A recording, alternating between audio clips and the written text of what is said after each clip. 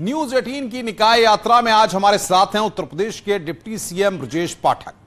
इनसे न्यूज 18 संवाददाता ने तमाम मुद्दों पर बातचीत की है। आपको दिखाते हैं हेलीकॉप्टर से सबसे धमाकेदार इंटरव्यू, निकाय की उड़ान, ब्रजेश पाठक, सुपर एक्सक्लूसिव।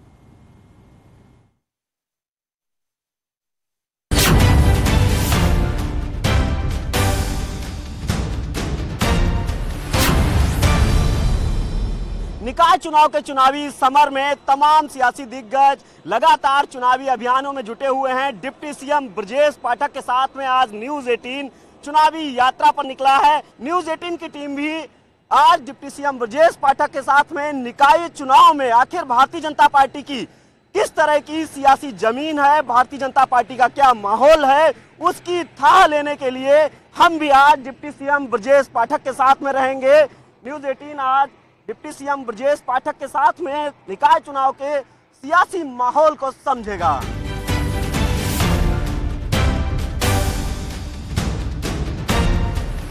निकाय चुनाव के चुनावी समर में तमाम सियासी दिग्गज चुनावी अभियानों में जुटे हुए हैं। आज हम डिप्टी सीएम ब्रजेश पाठक जी के साथ में हैं और इनसे बात करते हैं निकाय चुनाव में आखिर भारतीय जनता पार्टी का सर क्या माहौल है। पहले चरण का मतदान हो गया है, कहां पर पाते हैं भारतीय जनता पार्टी? पहले चरण में 37 जनपदों में भारतीय जनता पार्टी सभी 10 नगर निगमों में, नगर पालिका परिषदों में और नगर पंचायत में पार्षद सभासदों सहित प्रचंड बहुमत से जीत करके आ रहे हैं। भारतीय जनता पार्टी के प्रति लोगों का लगाव, लोगों का आकर्षण बढ़ा है। माननीय प्रधानमंत्री नरेंद्र मोदी जी की गरीब कल्याण योजनाएं जन जन तक पहुंची हैं और यूपी के लॉ एंड ऑर्डर की तारीफ उत्तर प्रदेश का हर नागरिक कर रहा है। जहां भी मैं नगरों में गया हूं, लोगों का मानना है कि भारतीय जनता पार्टी ही बेहतर नगरों का प्रबंधन कर सकती है। इसलिए सभी लोग एक मत से, जाति धर्म संप्रदाय से ऊपर उठकर भारतीय जनता पार्टी के प्रत्याशियों के साथ हैं, कमल को खिला रहे हैं। सर, जिस तरीके से पहले चरण में मतदान प्रतिशत काफी कम रहा, क्या लग रहा है कहीं ऐसा तो नहीं कि भारतीय जनता पार्टी के तमाम सियासी दिग्गज परेशान हैं या आप खुद परेशान हैं कि आखिर मतदान प्रतिशत कम हुआ है? दरअसल स्थानीय निकाय चुनाव में ये परंपरा रही है कि मतदान प्रतिशत इसी के आसपास रहता है। फिर भी हमारे लिए चिंता का विषय है और पार्टी ने आंतरिक रूप से ये जिम्मेदारी ली है। हमने किसी से कहा है, हम लोग बैठ करके इसकी कोई रणनीति बना रहे हैं कि स्थानीय निकाय चुनाव में भी ग्राम पंचायतों की तरह, विधानसभा चुनाव की तरह लोग प्रतिभाग करें और इसके लिए पार्टी अलग से रणनीति बना रही है। सर, समाजवादी पार्टी के मुखिया अखिलेश यादव ने एक आरोप लगाया कि भारतीय जनता पार्टी के जो बड़े नेता हैं वो हेलीकॉप्टर से प्रचार इसलिए कर रहे हैं कि जमीन का भ्रष्टाचार से वो मुंह छिपा रहे हैं। ऐसा नहीं है, हम लोग हर कॉन्स्टिट्यूंसी में पहुंचना चाहते हैं, हर नगर निकाय में जाना चाहते हैं और चूंकि साधन उपलब्ध हैं और अधिकतम लोगों से संपर्क में आना है कम समय में। चुनाव प्रचार का पीरियड मात्र 10-12 दिन का मिलता है।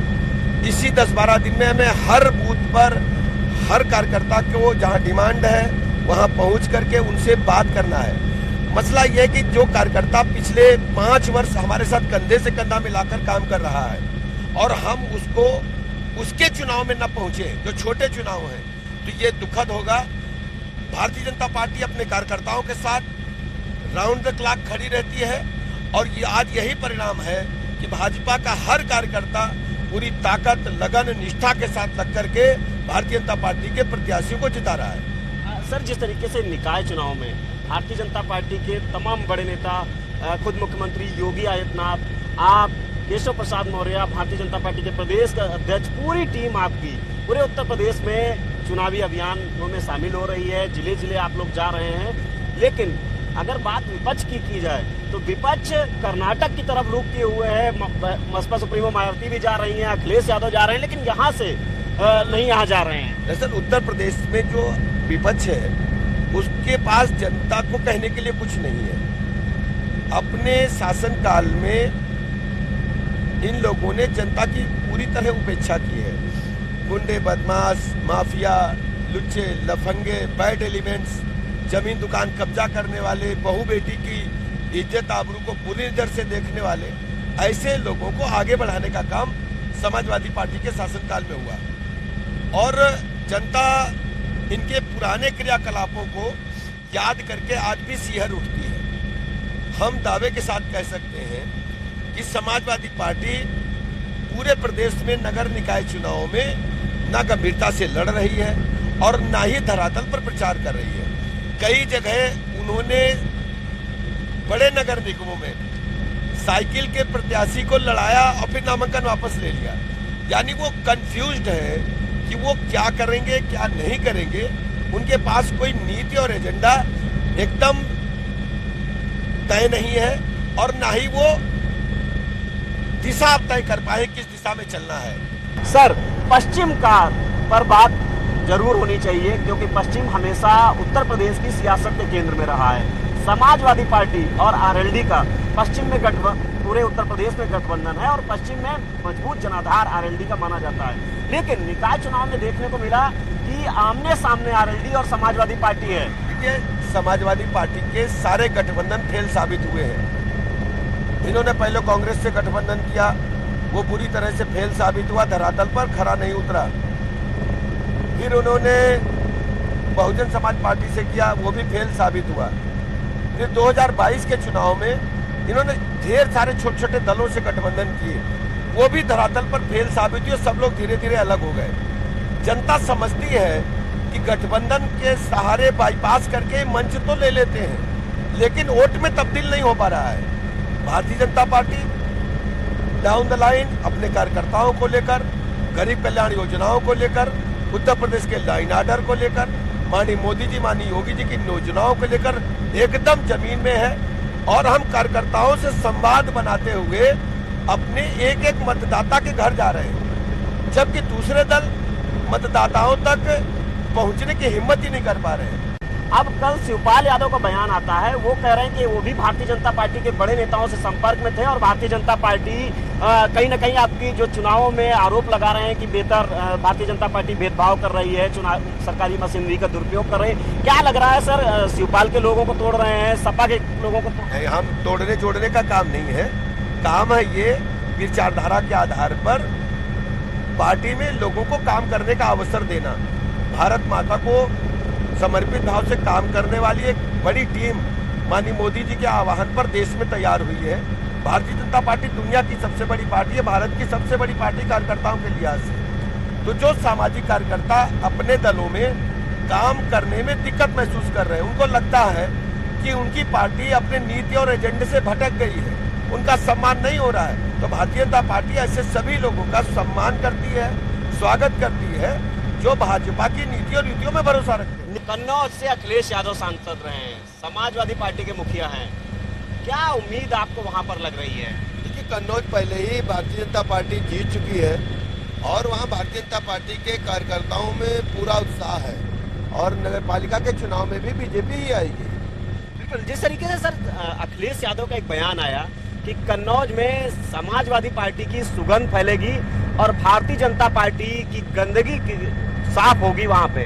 प्रदेश की जनता ने तो समाजवादी पार्टी की दुर्गंध को अभी तक महसूस किया है और ये सुगंध उन्हीं के नाक में जाती होगी। प्रदेश की जनता उनके कार्यों को अच्छा नहीं मानती है, उससे दुखी है, गुंडई अराजकता से। सर, जिस तरीके से अभी आपने औरैया, आप गए, इटावा गए, तो औरैया, इटावा, कन्नौज ये समाजवादी पार्टी के गढ़ माने जाते रहे हैं। लगातार आप इन जिलों में पहुंच रहे हैं, चुनावी सभाएं कर रहे हैं और यहाँ तक हमने देखा नगर पंचायतों में भी पहुंच रहे हैं, नगर पालिकाओं के अलावा।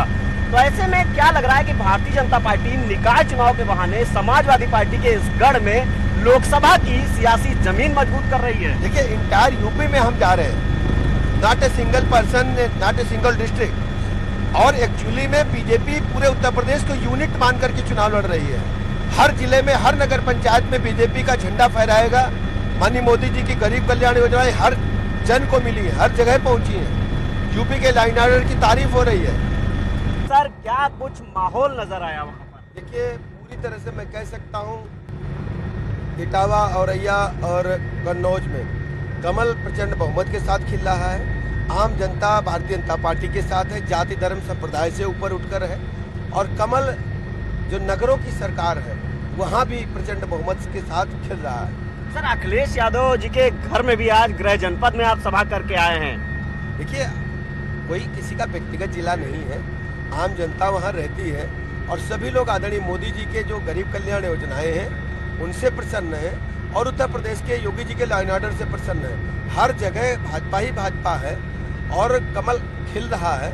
लोगों का मानना है कि नगरों में भी भारतीय जनता पार्टी आएगी तभी नगरों का विकास संभव हो पाएगा। लेकिन सर, समाजवादी पार्टी कहती है कि नगर पालिका और नगर पंचायतों में भारतीय जनता पार्टी बेहतर नहीं कर पाएगी और नगर निगमों में भले आप जीते लेकिन नगर पंचायत और नगर पालिका में उनका ये दावा है कि आप पिछली बार भी। देखिए, समाजवादी पार्टी के पास कोई नीति एजेंडा नहीं है, वो पूरी तरह से फ्लॉप साबित हुए हैं और उनके शासन काल में गुंडई अराजकता दंगों को लोग भूले नहीं है। सपा को लोग कभी भी माफ नहीं करेंगे। बिल्कुल।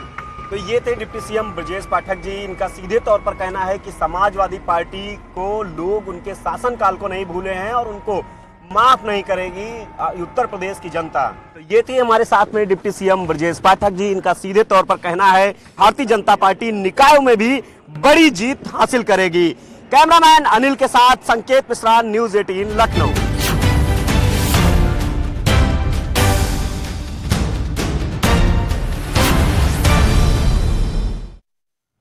रुक रहे हैं यहाँ पर।